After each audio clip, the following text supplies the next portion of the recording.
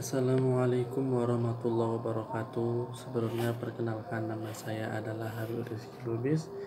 Saya di sini sedikit banyaknya akan menjelaskan tentang dasar-dasar hukum banding dalam tindak pidana narkotika pada pertemuan 6 kemarin. Saya adalah salah satu peserta dari Sekolah Paralegal Angkatan Pertama tahun 2024. Nah, di sini saya akan menjelaskan dulu apa itu upaya hukum. Nah, upaya hukum itu adalah hak terdakwa atau penuntut umum untuk tidak menerima putusan pengadilan yang berupa perlawanan, banding, atau kasasi, atau hak terpidana untuk mengajukan permohonan peninjauan kembali.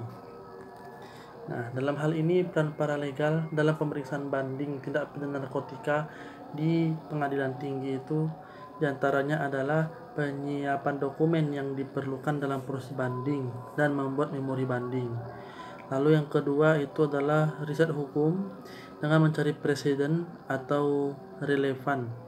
Maksud saya presiden yang relevan yang dapat mendukung argumen untuk pengajuan upaya hukum banding.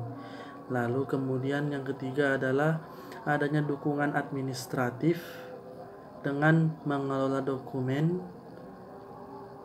secara cermat dan tepat waktu. Lalu kemudian koordinasi dengan para klien dan dengan saksi. Jadi di sini perlunya ada komunikasi yang intens antara paralegal tersebut dengan para klien ataupun saksi. Lalu selanjutnya itu adanya dukungan dari pengacara dengan menyusun strategi hukum untuk melakukan upaya hukum banding ini dan mendampingi pengacara dalam proses persidangan banding. Jadi dalam hal ini paralegal akan bekerja sama dengan pengacara untuk mendampingi pengacara. Jadi maksudnya di sini adalah paralegal itu akan mendampingi pengacara dalam pelaksanaan upaya hukum banding ini.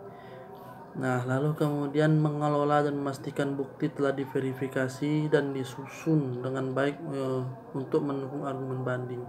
Jadi dalam hal ini paralegal itu perlu untuk mengelola dan memastikan bahwasannya bukti-bukti yang telah diverifikasi, yang telah dipilih itu untuk disusun dengan baik dan untuk proses upaya hukum banding tersebut, dan itu adalah peran paralegal yang penting juga menurut saya.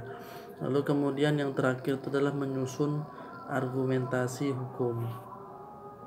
Jadi mungkin itu saja sedikit pemaparan dari saya tentang peran paralegal dalam tindak pidana narkotika.